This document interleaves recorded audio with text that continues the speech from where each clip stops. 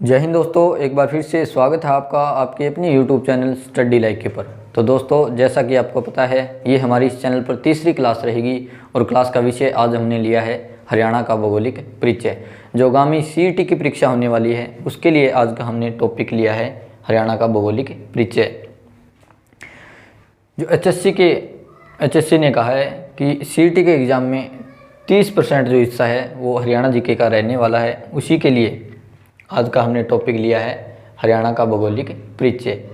Haryana GK जो है CET के एग्ज़ाम के लिए बहुत ही महत्वपूर्ण होने वाली है। तो चलिए शुरू करते हैं आज की क्लास।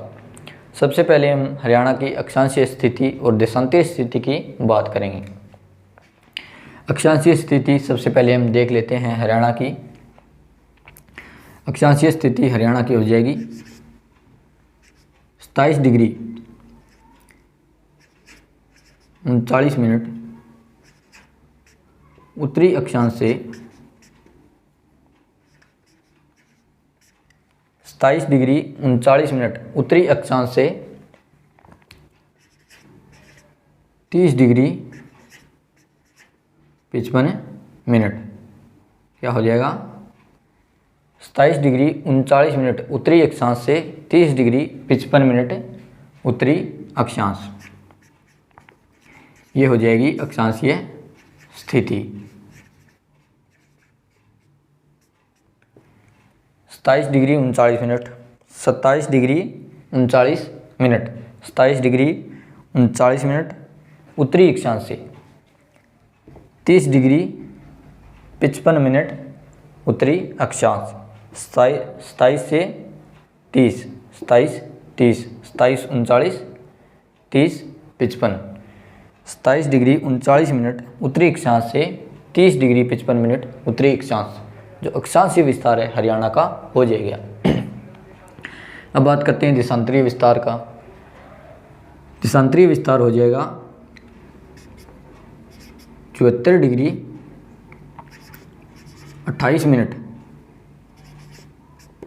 पूर्वी देशांतर से 74 डिग्री 28 मिनट पूर्वी देशांतर से 77 डिग्री 36 मिनट पूर्वी देशांतर। 74 डिग्री 28 मिनट 74 डिग्री 28 मिनट पूर्वी देशांतर से 77 डिग्री 36 मिनट 74 डिग्री 28 मिनट पूर्वी देशांतर से 77 डिग्री 36 मिनट। ये हो जाएगा देशांतरीय विस्तार। अब बात करते हैं हरियाणा के उत्तर में कौन सा गांव है, पश्चिम में, दक्षिण में और पूर्व में कौन सा गांव है, उन गांवों की हम बात करते हैं। सबसे पहले उत्तर में बात करते हैं। उत्तर में कौन सा गांव हो जाएगा? हरियाणा के उत्तर में गांव हो जाएगा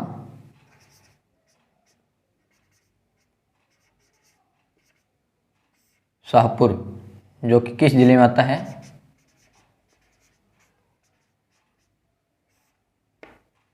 पंचकुला में। शाहपुर गांव है जो हरियाणा का सबसे उत्तरी गांव या फिर उत्तरी बिंदु इसको कह सकते हैं। शाहपुर गांव सबसे उत्तरी गांव कौन सा हो जाएगा? शाहपुर, जो कि किस जिले में आता है? पंचकुला में। दक्षिणी गांव की बात करते हैं तो वो हो जाएगा आपका दोहा, किस जिले में आता है? मेवात में।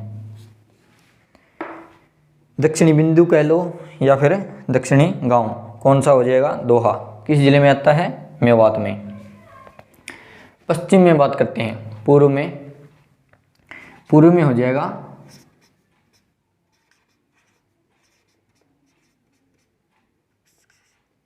ताजेवाला। कौन सा गांव हो जाएगा? ताजेवाला। यह आता है यमुनानगर में। किस जिले में आता है? यमुनानगर में। ताजेवाला हरियाणा का सबसे पूर्वी बिंदु क्या हो जाएगा? सबसे पूर्वी बिंदु या फिर पूर्वी गांव जो है ताजेवाला यमुनानगर जिले में। अब बात करते हैं पश्चिमी गांव हो जाएगा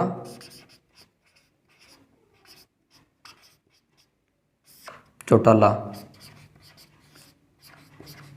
किस जिले में आता है? सिरसा जिले में। सिरसा जिले में जो है आपका चौटाला गांव सबसे पश्चिमी गांव आता है। शाहपुर उत्तर में, दक्षिण में दोहा, पूर्व में ताजेवाला, पश्चिम में हो जाएगा चौटाला।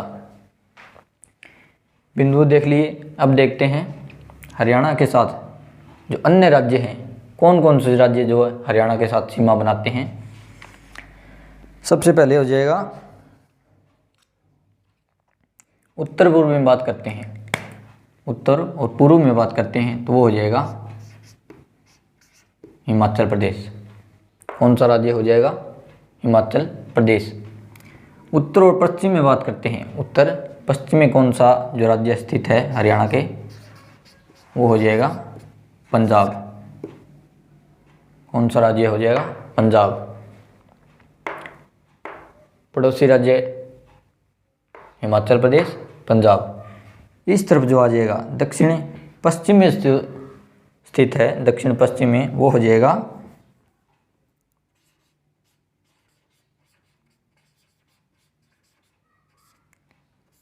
राजस्थान। कौन सा राज्य स्थित है? राजस्थान जो राज्य है दक्षिण पश्चिम में स्थित है। इस तरफ जो है हरियाणा के पूर्व में स्थित है वो हो जाएगा यूपी। यूपी कौन सा राज्य हो जाएगा? यूपी। कितने राज्य हो गए? 1 2 3 4। एचएससी ने जो हरियाणा से लगते राज्यों की संख्या है वो कितनी मानने हैं?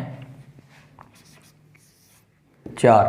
कितना उत्तर मानती है? सही जो उत्तर एचएससी मानती है वो उत्तर हो जाएगा आपका हिमाचल प्रदेश, पंजाब, राजस्थान और यूपी। 4 राज्यों के साथ जो है हरियाणा की सीमा एचएससी के अनुसार लगती है। अब बात करते हैं यहाँ पर कौन सा राज्य स्थित है। आपको पता ही है उत्तराखंड जो राज्य है यहाँ पर स्थित है। कुछ जो टीचर हैं हरियाणा में उनका कहना है कि हरियाणा के साथ जो उत्तराखंड की भी सीमा लगती है। उत्तराखंड का देहरादून जो है स्थान, जो उसकी सीमा जो है हरियाणा के साथ लगती है। 11 किलोमीटर की सीमा उत्तराखंड के साथ हमारी बनाता है, कुछ लोगों के द्वारा कहा जाता है। लेकिन मैंने गूगल में सर्च किया क्या हरियाणा की सीमा उत्तराखंड के साथ लगती है, तो वहाँ से आंसर आया नहीं। और मैंने दूसरी बार मैंने चेक किया गूगल मैप पर, उसमें भी जो है उत्तराखंड के साथ हमारी सीमा नहीं लगती है, ऐसा उसमें गूगल मैप में दिखाया गया। यहाँ से जो है ऐसे सीमा यहाँ से निकाल दी गई और यहाँ से जो है सीमा यूपी की यहाँ से ऐसे गूगल मैप में आप देखो तो आपको दिखाई देगी। लेकिन आपको सिर्फ याद रखना है 4, क्योंकि एचएससी जो सही आंसर मानती है हरियाणा के साथ कितने राज्यों की सीमा लगती है? 4 राज्यों की सीमा हरियाणा के साथ लगती है। एचएससी ने उत्तर मान लिया है तो हम और आप इसमें कुछ भी नहीं कर सकते हैं। 4 ही राज्यों की सीमा हरियाणा की जो है अन्य राज्यों के साथ लगती है। 4 राज्य हो गए। सबसे जो लंबी सीमा है वो हो जाएगी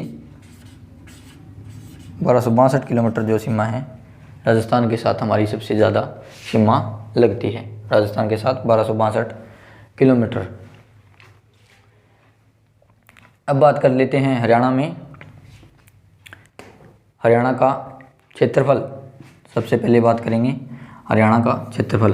तो हरियाणा का क्षेत्रफल हो जाएगा, क्षेत्रफल की बात करते हैं 44,212 वर्ग किलोमीटर। 44,212 वर्ग किलोमीटर हरियाणा का क्षेत्रफल हो जाएगा, या फिर 17,070 वर्ग मील। मील में लिखेंगे 17,070 वर्ग मील या फिर 44,212 वर्ग किलोमीटर। क्षेत्रफल के मामले में भारत में कौन सा स्थान है वो हो जाएगा 21वां कौन सा स्थान हो जाएगा? 21वां स्थान क्षेत्रफल के मामले में हरियाणा का भारत में हो जाएगा। जनसंख्या की बात करते हैं।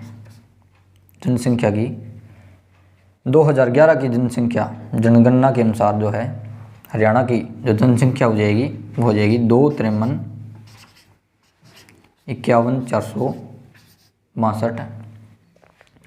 ये जो जनसंख्या है 253,51,462 जो है जनसंख्या 2011 के अनुसार हरियाणा की हो जाएगी।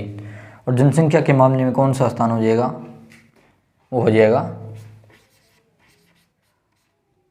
18वां। और कुल भारत की जो कुल भूमि है उसका 1.34% जो हिस्सा है 1.34% जो हिस्सा है वो हरियाणा का हो जाएगा। जैसा कि आपको पता ही है 1 नवंबर 1966 को पंजाब से अलग होकर हरियाणा जो है एक अलग राज्य बना था। तो पंजाब का 35% हिस्सा जो है हरियाणा के हिस्से में आया था। कितना हिस्सा आया था? 35% हिस्सा जो है हरियाणा का हो जाएगा। पंजाब का कितना प्रतिशत हिस्सा जो है हरियाणा को मिला था? 35% हिस्सा तो है। 1 नवंबर 1966 को 35% हिस्सा मिला और हरियाणा एक अलग राज्य बन गया। अब बात करते हैं हम कितनी ऋतुएं पाई जाती है हरियाणा में। ऋतुओं की बात करेंगे। सबसे पहले जो है ग्रीष्म, शीत ऋतु और वर्षा ऋतु, 3 ऋतुएं हरियाणा में पाई जाती हैं। ग्रीष्म ऋतु की बात करते हैं। 35 डिग्री जो है तापमान, 35 डिग्री तापमान ग्रीष्म ऋतु में हो जाएगा। औसत तापमान जो है ग्रीष्म ऋतु में 35 डिग्री। और अगर बात करते हैं शीत ऋतु की तो 12 डिग्री सेल्सियस तापमान जो है 12 डिग्री सेल्सियस तापमान जो है शीत ऋतु में हो जाएगा। वर्षा ऋतु की बात करते हैं। जो वर्षा ऋतु है तो उस वर्षा ऋतु में 30 से 110 सेंटीमीटर औसत वर्षा जो है हरियाणा में होती है। वर्षा ऋतु में बात करते हैं। अगर वर्षा ऋतु की केवल वर्षा ऋतु की बात करते हैं 30 से 110 सेंटीमीटर वर्षा ऋतु में होती है। अगर वार्षिक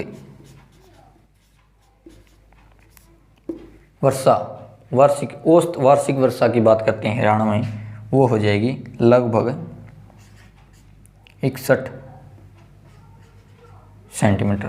कितनी वर्षा हो जाएगी? 61 सेंटीमीटर वर्षा है औसत वार्षिक वर्षा हरियाणा में हो जाएगी। अब इन सब के अलावा अगर बात करते हैं, हम बात करेंगे सबसे पहले पुराने समय में हरियाणा को जो है कितने भागों में बांटा गया था उसकी अब हम चर्चा करेंगे। प्राचीन समय में हरियाणा को 3 भागों में बांटा गया था। भौगोलिक दृष्टि से हरियाणा को 3 भागों में बांटा था। एक हो जाएगा आपका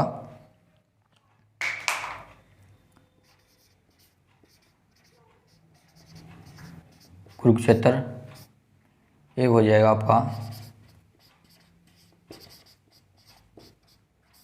हरियाणा और एक हो जाएगा बटियाना। क्या हो जाएगा? कुरुक्षेत्र, हरियाणा, बटियाना। कुरुक्षेत्र जैसा कि आपको पता ही है, कुरुक्षेत्र के आसपास के क्षेत्र को क्या कहा जाता था? कुरुक्षेत्री उसको कहा जाता था।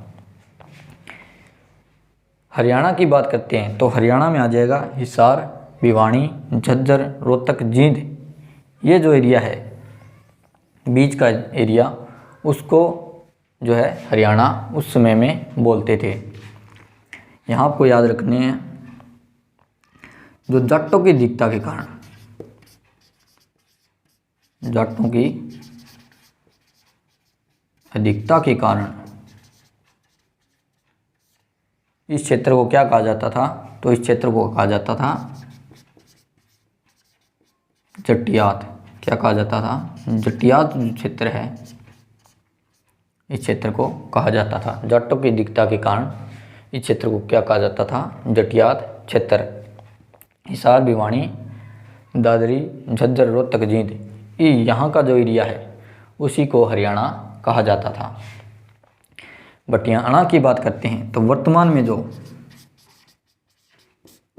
बट्टुकला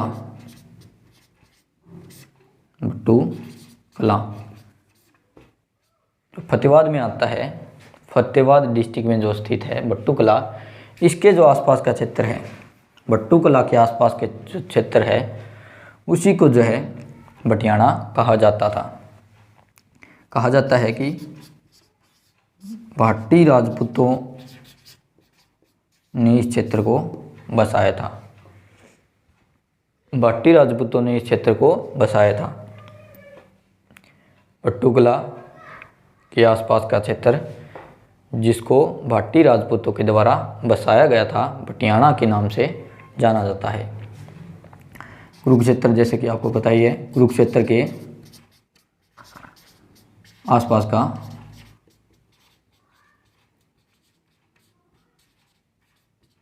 क्षेत्र क्या हो जाएगा? कुरुक्षेत्र के आसपास का क्षेत्र हो जाएगा, वो हो जाएगा, ये हो गया। प्राचीन समय में हरियाणा को जो है भौगोलिक भागों में बांटा गया था। कुरुक्षेत्र, हरियाणा और बटियाना, 3 भागों में हरियाणा को प्राचीन समय में भौगोलिक दृष्टिकोण से बांटा गया था। अब बात करते हैं वर्तमान समय में। वर्तमान समय की अगर बात करते हैं,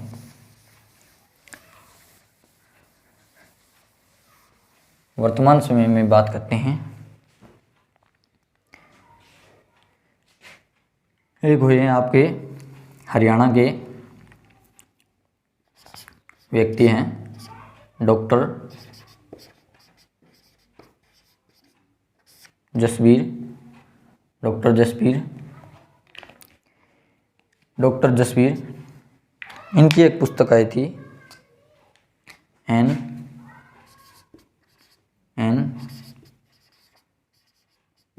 एग्रीकल्चर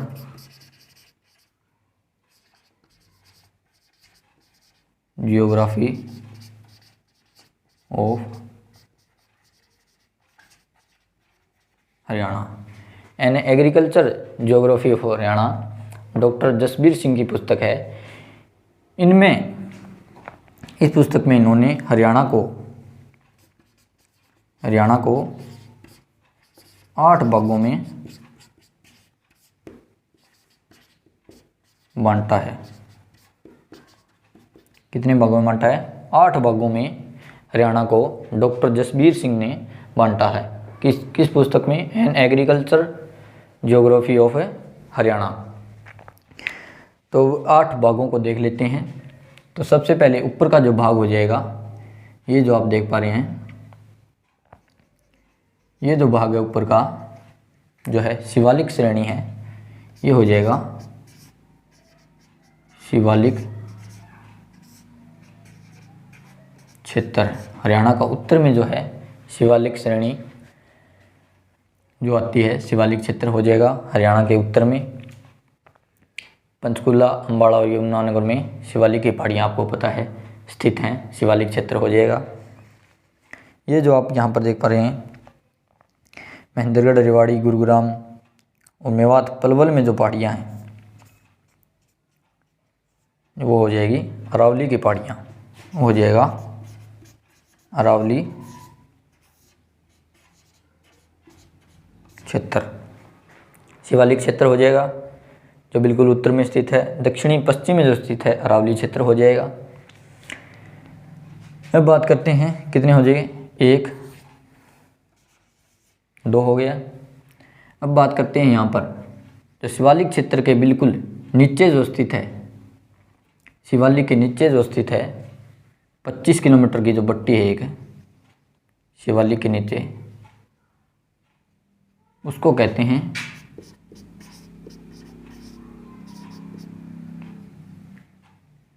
गिरिपाद क्षेत्र कौन सा हो जाएगा, जिसमें कि मेनली कंकड़ पत्थर जो पाए जाते हैं, जो पहाड़ी इलाके के जो नीचे स्थित है, शिवालिक क्षेत्र के जो 25 किलोमीटर नीचे तक जो क्षेत्र स्थित है उसको कहते हैं गिरिपाद का मैदान या गिरिपादीय क्षेत्र। 3 हो गए। चौथा जो क्षेत्र हो गया वो हो गया आपका जो हो गया बाढ़ का मैदान। इधर यमुना नदी आपको पता है स्थित है, उधर हो जाएगी जो है घग्गर। बाढ़ का मैदान हो गया इस तरफ, यमुना का बाढ़ का मैदान हो गया, और इस तरफ हो जाएगा घग्गर का बाढ़ का मैदान। क्या हो जाएगा, बाढ़ का मैदान।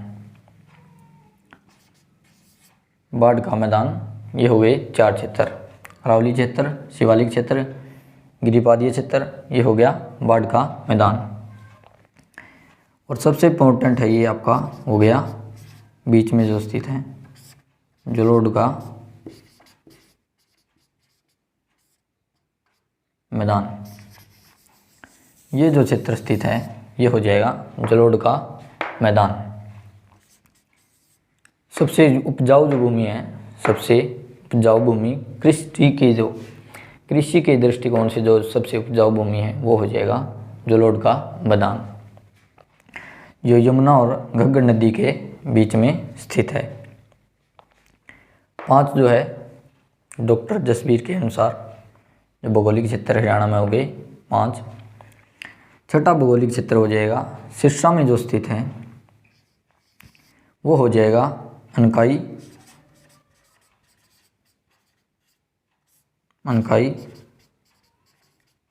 दलदल। क्या हो जाएगा, अनकाई दलदल जो हरियाणा का सबसे जो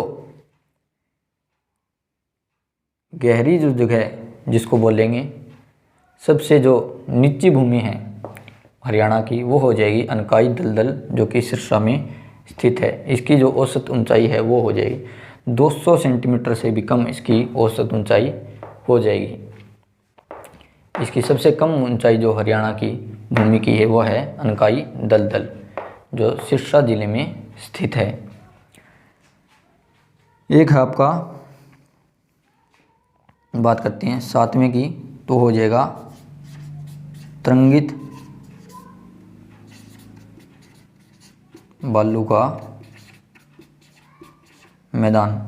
तरंगित बालू का मैदान, ये जो आप यहाँ पर हिस्सा देख पा रहे हैं दक्षिण पश्चिम का जो हिस्सा है, जो कि भिवानी, महेंद्रगढ़, रेवाड़ी, गुरुग्राम, मेवात और पलवल में स्थित है, जो कि है तरंगित बालू का मैदान, वो हो जाएगा।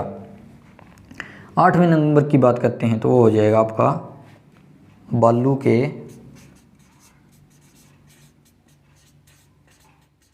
के टिब्बे युक्त मैदान। ये हो जाएगा आपका कुछ हिस्सा इसका सिरसा में, हिसार में, भिवानी में, महेंद्रगढ़, रेवाड़ी, यहाँ पर इसके जो हिस्से स्थित हैं बालू के टिब्बे युक्त मैदान। जैसा कि आपको बताइए राजस्थान और गुजरात से जो गर्म हवाओं के द्वारा जो है मिट्टी उड़कर हमारे जो हरियाणा में जो है इस तरफ का जो हिस्सा है दक्षिणी पश्चिमी हिस्सा, यहाँ पर जो है बालू इकट्ठी हो जाती है और बालू के टिब्बे युक्त जो मैदान हैं, बालू के टिब्बे बन जाते हैं। जो है राजस्थान और गुजरात से जो मिट्टी जो है हवा के साथ आती है उड़कर, उससे जो बालू के टिब्बे युक्त मैदान हरियाणा में बन जाते हैं। तो ये हो गए डॉक्टर जसबीर के अनुसार जो है an agriculture geography of India, Haryana को 8 भागों में बांटा है डॉक्टर जसबीर सिंह ने। शिवालिक क्षेत्र, गिरिपाद क्षेत्र, अरावली क्षेत्र, बाढ़ का मैदान, जलोढ़ का मैदान, अनकाई दलदल, बालू के टिब्बे युक्त मैदान और तरंगित बालू का मैदान। 1 2 3 4 5 6 7 और 8, ये हो गए हरियाणा के भौगोलिक क्षेत्र। इसके अलावा दोस्तों आपको याद रखना है, शिवालिक श्रेणी है उसकी सबसे ऊंची चोटी हो जाएगी क्रो। क्रो जो है शिवालिक की सबसे ऊंची चोटी हो जाएगी। और अरावली क्षेत्र में जो सबसे ऊंची चोटी है वो हो जाएगी कुलताजपुर गांव में जो स्थित है ढोसी की पहाड़ी, या फिर कुलताजपुर की पहाड़ी, उसकी जो ऊंचाई हो जाएगी वो हो जाएगी 652 मीटर। ये हो जाएगी अरावली की सबसे ऊंची चोटी। शिवालिक की सबसे ऊंची चोटी हो जाएगी करो। कमेंट बॉक्स में कमेंट करके इसकी जो ऊंचाई है वो हमें कमेंट करके आप ज़रूर बताएं। करो चोटी की ऊंचाई कितनी है, शिवालिक श्रेणी में जो आती है करो की ऊंचाई, वो आपको कमेंट बॉक्स में कमेंट करके बतानी है कितनी हो जाएगी। तो दोस्तों आज हमने जाना जो हरियाणा की जो है अक्षांशीय और देशांतरी स्थिति, कितने राज्य की सीमा हरियाणा से लगती है, जो है प्राचीन समय में जो है हरियाणा को कितने भागों में बांटा गया था, 3 भागों में, और डॉक्टर जसबीर सिंह ने हरियाणा को कितने भागों में बांटा है, 8 भागों में। और जो भारत के जो है हरियाणा के जो है उत्तरी, दक्षिणी, पूर्वी, पश्चिमी गांव कौन से हैं वो हमने जाना। तो दोस्तों आज की क्लास में बस इतना ही। उम्मीद करते हैं कि आज की क्लास आपको ज़रूर बढ़िया लगी होगी। अगर आपको क्लास बढ़िया लगी है तो क्लास को शेयर कीजिए, लाइक कीजिए और चैनल को सब्सक्राइब ज़रूर कर दीजिए। तो दोस्तों मिलते हैं अगली क्लास में, तब तक के लिए जय हिंद, जय भारत।